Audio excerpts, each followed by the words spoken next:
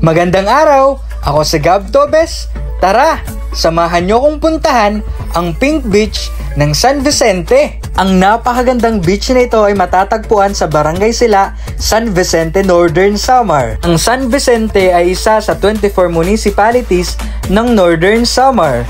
Ang napakagandang baybayin na ito ay naging sikat dahil sa mistulang pink na kulay nito. At mas lalong nagiging pink ang kulay nito kapag ito'y nasisinagan ng araw. Alam nyo ba na ang dahilan ng pagiging pink ng kulay ng beach na ito ay dahil sa mga pulang buhangin na nakahalo dito. Maliban sa napakagandang beach na ito ay mayaman din ito sa mga likas na yaman katulad ng lamang dagat. Perfect din ito para dun sa mga mahihilig mag-camping at free diving. At ang isa sa dapat mong abangan dito ay ang sunrise na bubungad sa'yo sa umaga. Tingnan nyo naman, talagang napakaganda.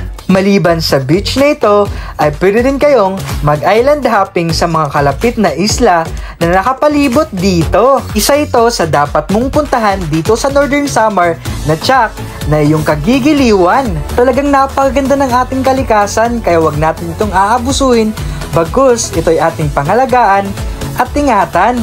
Ako nga muli si Gab Tobes and this is Gab Ventures. Hanggang sa muli, paalam!